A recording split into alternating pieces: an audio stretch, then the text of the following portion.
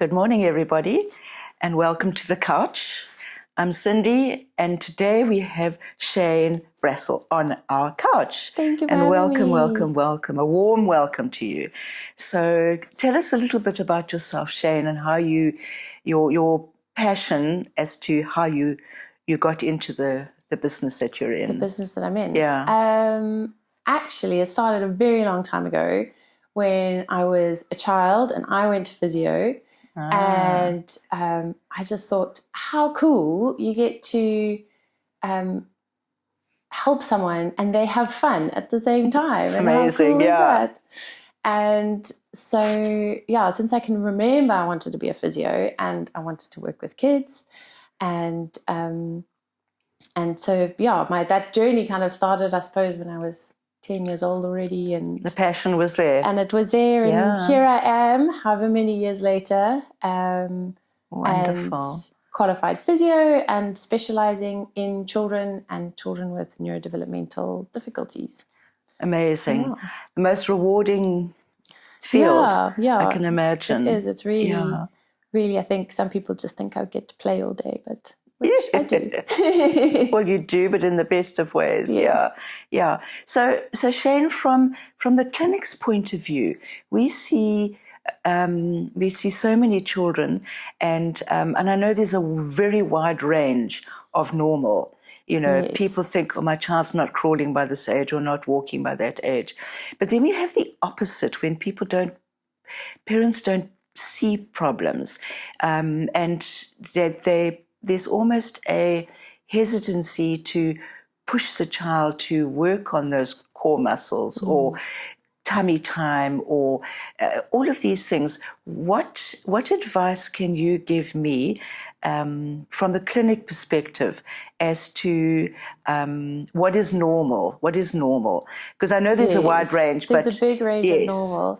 I think for me as well that, obviously, like as a mom, and you want to support your child, but if someone says, maybe you should go see the physio, or maybe you should go see, an OT or whoever, and then you kind of think, well, immediately there's something wrong with my me. child, That's it, yeah.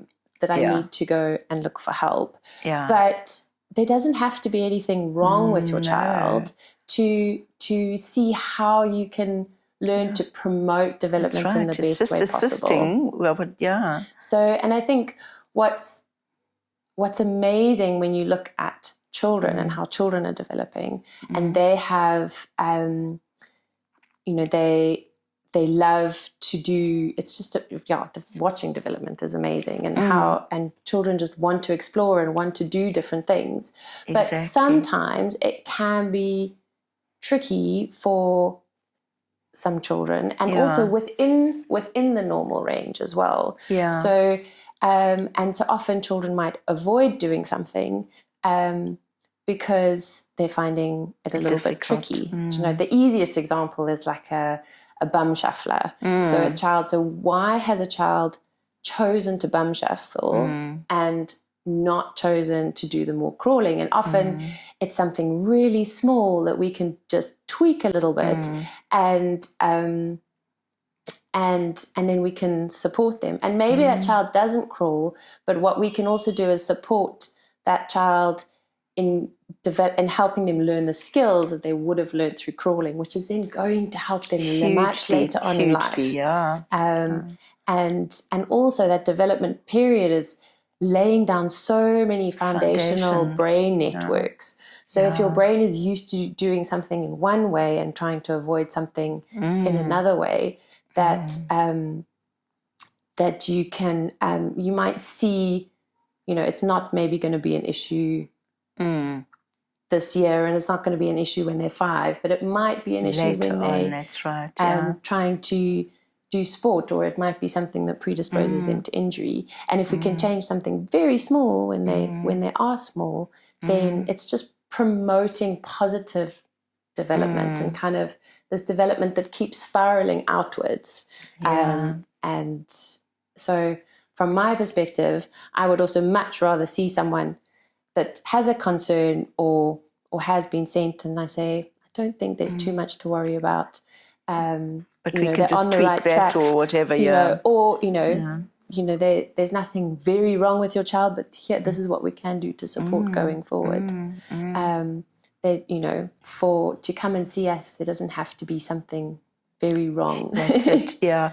And also, I think you hit the nail on the head when you said about parents, they are trying to do their best. They don't have they don't have anything else to compare with. So what they're seeing is their norm. And sometimes it's hard for them to accept that all that effort and all that focus they're putting into their child is still not good enough.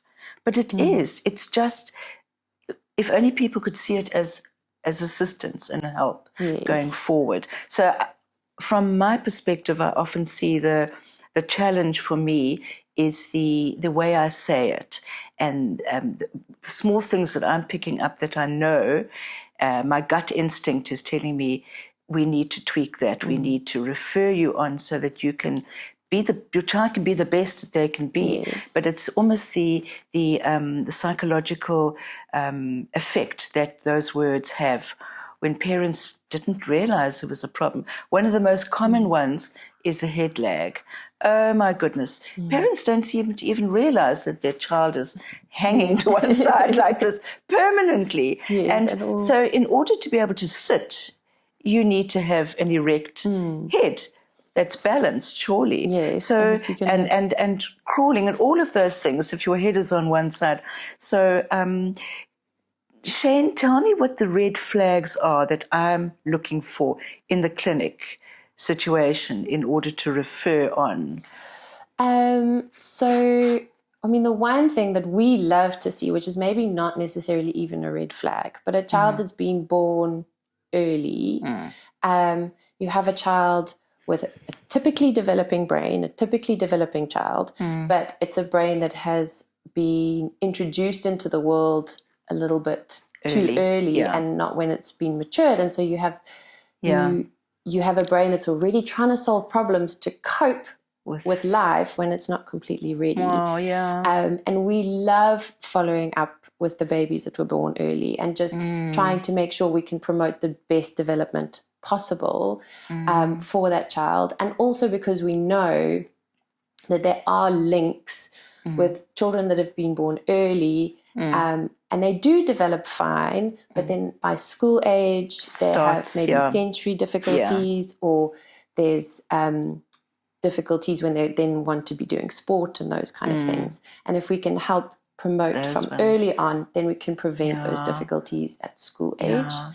So there doesn't necessarily have to be a big red flag, but it's just nice to be able to monitor and follow up so that we can prevent things later on in life. Sorry, just on that, what are you talking about prem babies? A lot of babies are born at 37, 38 weeks via cesarean section these days. Are you talking about sort of 33, 34 weekers? Yeah, so you're not talking about under 36 weeks. Okay. The ones, obviously if there's planned cesareans from 37, 38 weeks, but you can, if there's an emergency cesarean, yes, obviously, then that's also something that that can be followed up if it's a big difficulty that's happened. But anything under 36 weeks gestation, then we just want to help support those little brains as best as possible. To give them advantages rather than any slight disadvantages. Are you seeing a difference between babies that are born via cesarean or vaginal delivery? Not so. There's obviously, we see quite a lot of the breech babies, and then there is concern around the hips, and so then they would have been cesared, and then we need to follow up with those babies if there's been a difficulty or if they're worried, if the doctors have been worried about their hips.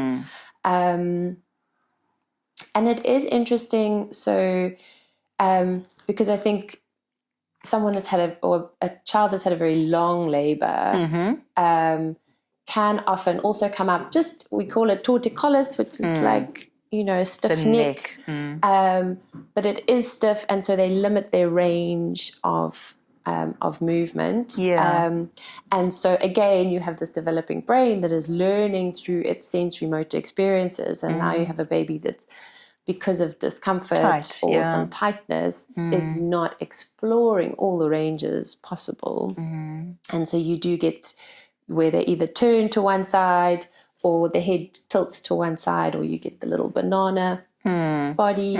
And we can see that both with natural, but also often with Caesar babies as well. And that's something that's so easy to just help, and they often just need a little bit of assistance, and then they for away. But if you leave it too long, and it can get worse. And it gets set. Because the baby learns, well, I can only move my head so much. And so I'm not going to use the full range that I can have. And I know we've deviated from the red flags, but while I'm thinking of it, tummy time, big problem. I wonder if, I feel as if parents sometimes are too gentle with their babies. And I know that sounds a crazy thing to say, but it is.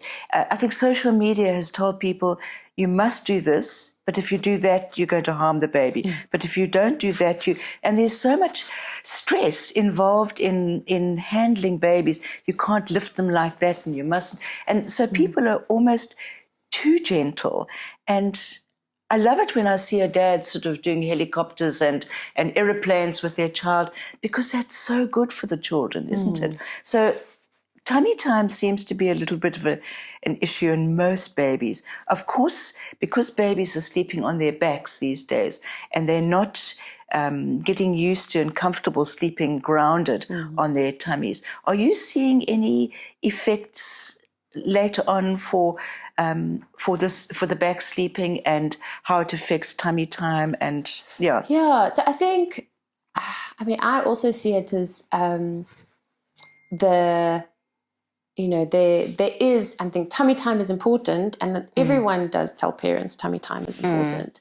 But I also like to kind of think of it where it's come from. So it's come, and there's always this big sort of extreme pendulum. So babies used to sleep on their tummies, and everyone, and they slept well. But then we had the sudden infant death syndrome study that said, well, if you sleep on your tummies, then there's possibly higher risk of SIDS. So then everyone put their babies on their backs, and there's a big back to sleep program. But then everyone became very terrified of putting their babies on their tummies at all. And then as therapists, we start to see that now babies were starting to crawl later, or they had certain difficulties and whatever, or they weren't crawling. And so now it's the tummy time thing has become very big and is pushed, which is great.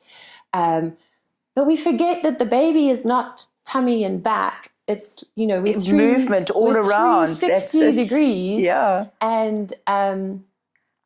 And also, for some reason, especially with the small babies, is that tummy time seems to be, the perception is tummy time has to happen on the floor or on the bed away from the parent. It can be. It can be anywhere. And then the baby screams, and then the mom or the parent feels completely guilty, and because she's trying to do something that she's been told to do, but the baby's screaming. She doesn't want her baby to scream, and so then she's holding her baby, but then she feels guilty that she hasn't done the tummy time. And it's exactly how it is. And it's so pressurizing for these poor parents. Completely. And I think, we forget that tummy time can be on your chest. A beautiful place to be, close to your baby. So, tummy time can be on your chest, and even if a child also has reflux, tummy time is really difficult. So it can be inclined. It doesn't have to be completely flat. You can have tummy time on your lap, over your lap. That's right. And then you can have, again, if the baby's got reflux, they don't have to be so flat. They can be a little bit elevated. tummy time can be in your arms with baby facing down. And so it doesn't have to be, you know, baby on the floor there by yourself. And it doesn't have to be, now we're going to do 10 minutes of tummy time, which is what I see. And then I think people don't realize that it's such a different experience for a baby to go from this to their tummies, that of course and it's hard on their little necks if they're not used to, so they're not going to be happy, and they're going to object. You haven't done anything wrong, just make it shorter, and then tomorrow maybe a little bit longer, and have fun down there. Interact with your baby, you know, face to face, or put a mirror, or get a sibling to lie there. It doesn't have to be so stressful. So I see that a lot.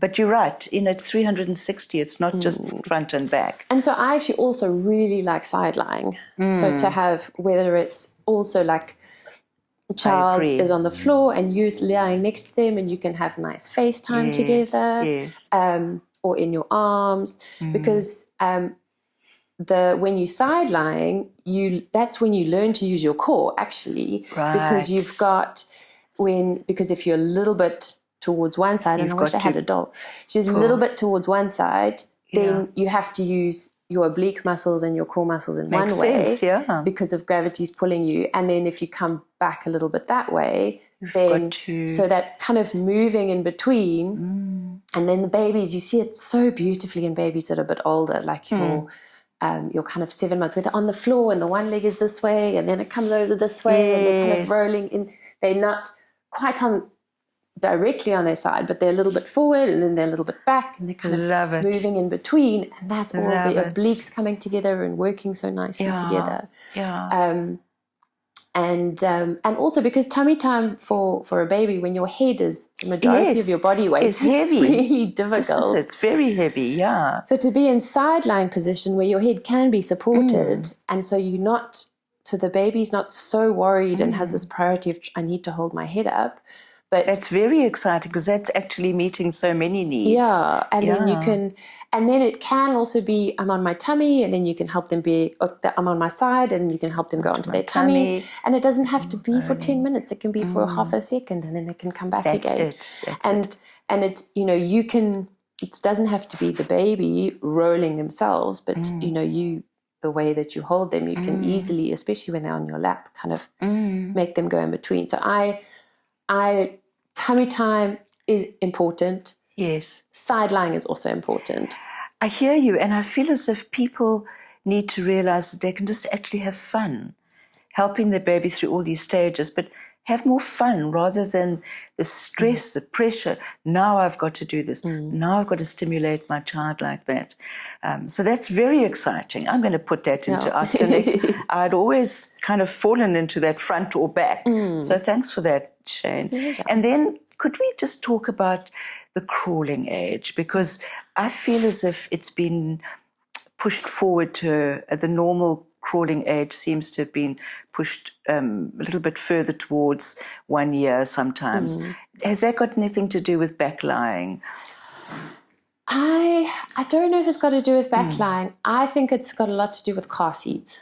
So the amount of time we're spending and the babies are spending in car seats. Wow. So very interesting. Because if a baby is on their back, especially the older infant, so that's the pre-crawling infant,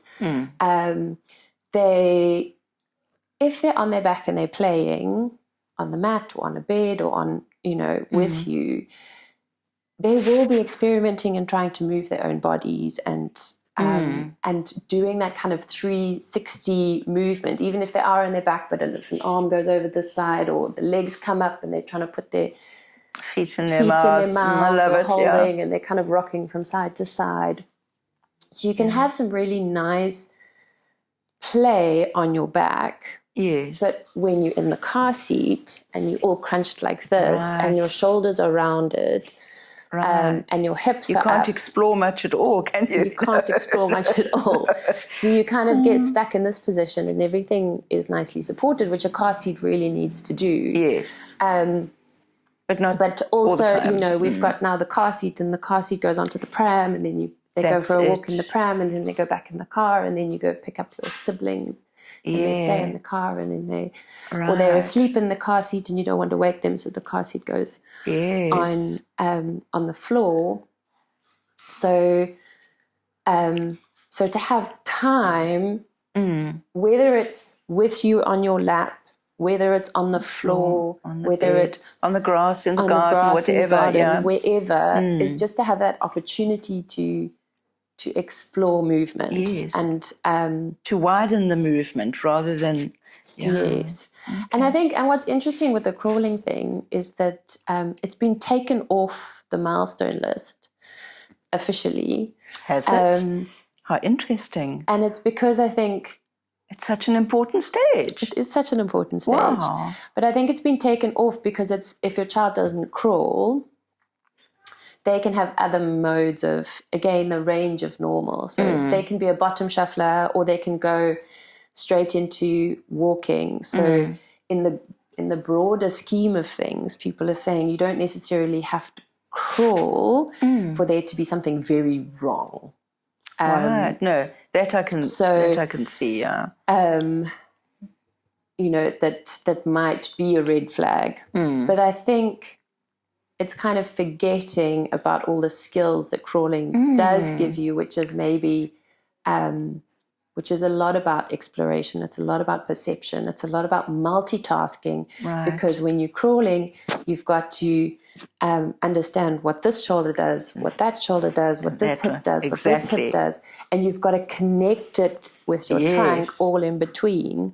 And then when you're crawling over and under and up and in 3D, fabulous, then your brain has to learn so much about your body, so much about your body in space, so much about multitasking, coordinating, and planning, it all, and putting it all together. And whereas, again, why is a child chosen not to crawl? Why have they chosen to bottom shuffle? And those are the children. Again, there's not something hugely wrong, but it can be someone be assisted and helped, and that finds it difficult to coordinate left and right together, or finds it difficult to coordinate top and bottom together, or has slight sensory processing difficulty, and so really wants to keep left and right the same, and then so they're just very symmetrical. This looks like, or the ones that stay on one side because it's difficult. They've learned how to use their trunk when they're on one side, but it's difficult for them when they're on the other side. So then they just kind of scoot along, and then one hand is free to do what they want, and then they can scoot along like that. But they miss, and if we did, I often say to parents that come, I say,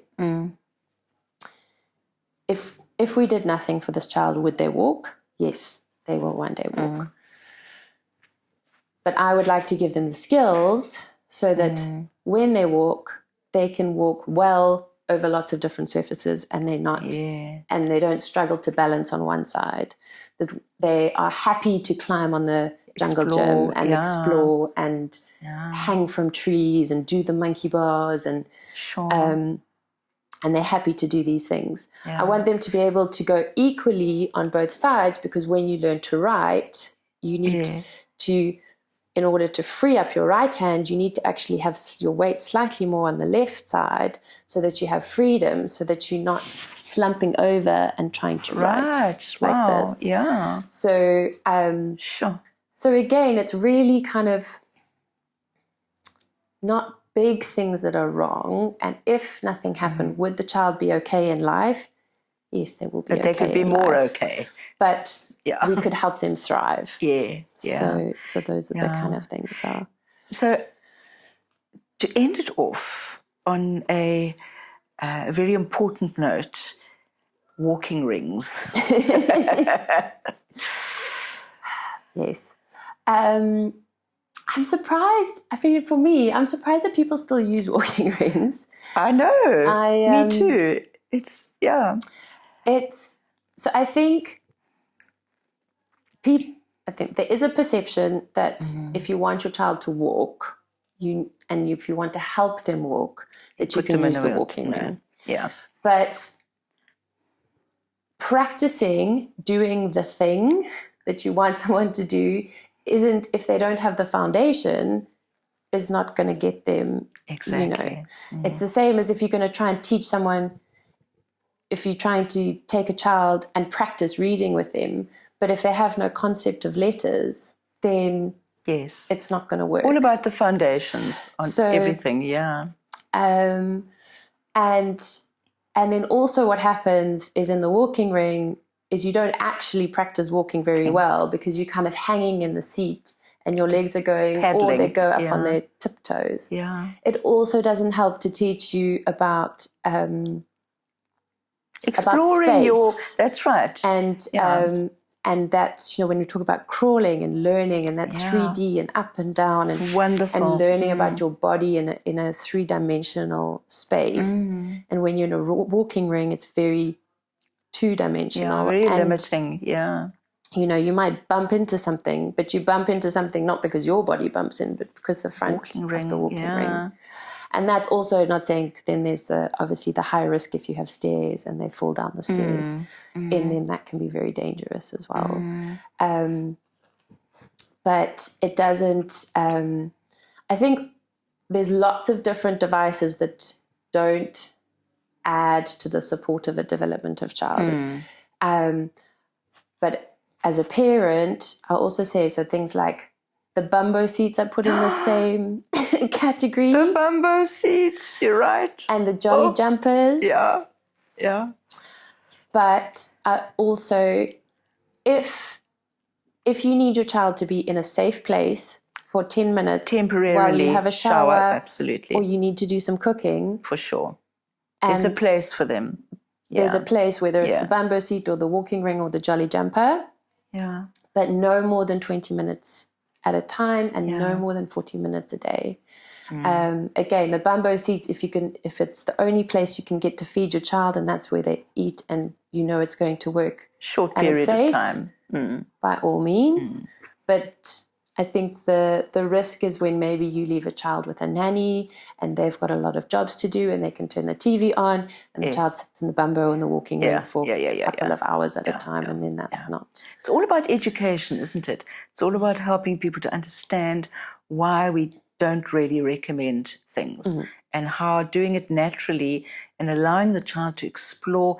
Yes, they are probably going to put things in their mouths. Yes, they are going to maybe fall over, but it's all helping them to go in the right direction. So, I think we need to help people to be less stressed about parenting and more let your child be free to a certain extent.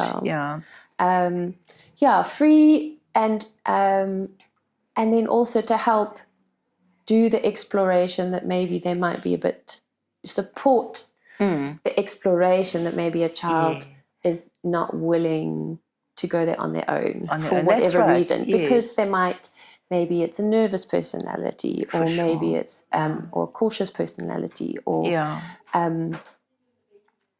so when we start to see limitations, it's because there's a pattern that a child always goes into one way of doing something, and if you leave them on their own, then often that's where we go. That's like the W sitting. W sitting. It's really difficult for parents to try and not get their child to W sit. But it's a strategy the child has developed that provides a lot of stability for them for the least amount of effort. And so, just tell us what the W sitting position is. People might not know about that. So the W sitting position, I don't know if you can, I'll show you. There we go. Is when the child sit like sits. That. So you've got the W, either W or M sitting kind of position. And it's you do it so well down there, Shane. Hey? Well practiced. It's a very stable position, because from a biomechanical perspective, this hip is turning you this way. This hip is turning you this way. I'm nicely in the middle, and I can switch off all my muscles in my trunk. So, and then I free my hands up to play and do what I want, but I'm quite stable. Yes. Whereas something like a side sitting position, you really have to engage your oblique muscles, and you have to, and it's a bit more dynamic, because from here it's a lot easier to do different things and move around a lot freer. So I really like the side sitting positions, both left and right. Any kind of like asymmetrical. Obviously, the younger babies will use the ring sitting position, which is absolutely perfect. But the skill of being able to move out of a symmetrical position is really tricky, and it's really great to promote those kind of things. Whereas, so the W sitting is it's a position often that children will choose to use because it would alert us. It would alert us to perhaps needing a little bit of help. It's not a red flag, but it's just there's some reason why they're sitting like that. Can we assist them and help? Yes, and there's lots of different reasons why a child might choose that position as well. And then I think, going back to your red flags. Yes, please. Sorry, I got distracted there. in small babies, the big things that we look for is obviously a lack of movement. So in the asymmetrical. In the very small babies, what we often say is there's not a presence of abnormal yet, but there's a lack of normal, which is really tricky, especially if it's your first child, to try and pick up. But we're looking for a lack of variety of movement. When you watch your baby moving on the floor, is it very predictable? You know that both the legs will come out and then they go back again. You know that if one arm goes out, the head has to turn with it. Or that they can move their legs or they can move their arms, but they can't do both at the same time. So that's what we kind of look for in the really small babies. Then the asymmetries again start. So are they only moving one side of their body and not the other side of their body? A lot of excessive arching and stiffness. So that's also what we look for a lot. And those are the babies that are quite happy to have tummy time, and they can lift up their heads because that's what they're good at. They're good at arching position, and they're good at extending. But if you're going to try and sit, you can't sit. If you're going to be arching, you're going to fall over backwards. So we look those things, that we're worried about. And then it also, sometimes those things goes with very sensitive babies, very irritable babies, or babies that often shut down when they when there's a little bit of stimulation, and then just a little bit of stimulation becomes too difficult in the middle. They often shut down and go to sleep. So again, it's difficult, but to see, because they can be quite easy babies because they sleep a lot of the time, but sometimes they're shutting down because it's being awake is too difficult. So interesting, isn't it? Wow. You know, it should almost be compulsory that every baby born should see a physio every couple of months, just to see, how things are going, and a little bit of a tweak here, a little bit of help, a little bit of understanding, explanations, etc. So and very I love valuable. seeing, we've had a couple of families come where baby has been born early, but everything's going okay. But they just come because they want to check everything is okay, and they want some more things that they can do at home to promote. And I love those kind of sessions as well. It's almost the babies that are born prem, we always recommend that they see the physios. But it's a pity that all babies don't kind of have a check-in. People go to their pediatrician for their 6 month one. We should do that with the physios. Just have a check-in, tweak this, help there. Shane, thank you so much. Thank you for having me, Cindy. It's been I have so learned lovely so being much here. chatting to you. It's been such a pleasure having you here. Thank you for doing this. Carry on all your awesome work that you do. Yeah, you too. Thank you one very baby much. at a time. Yeah. Thank you. Awesome. Thank you.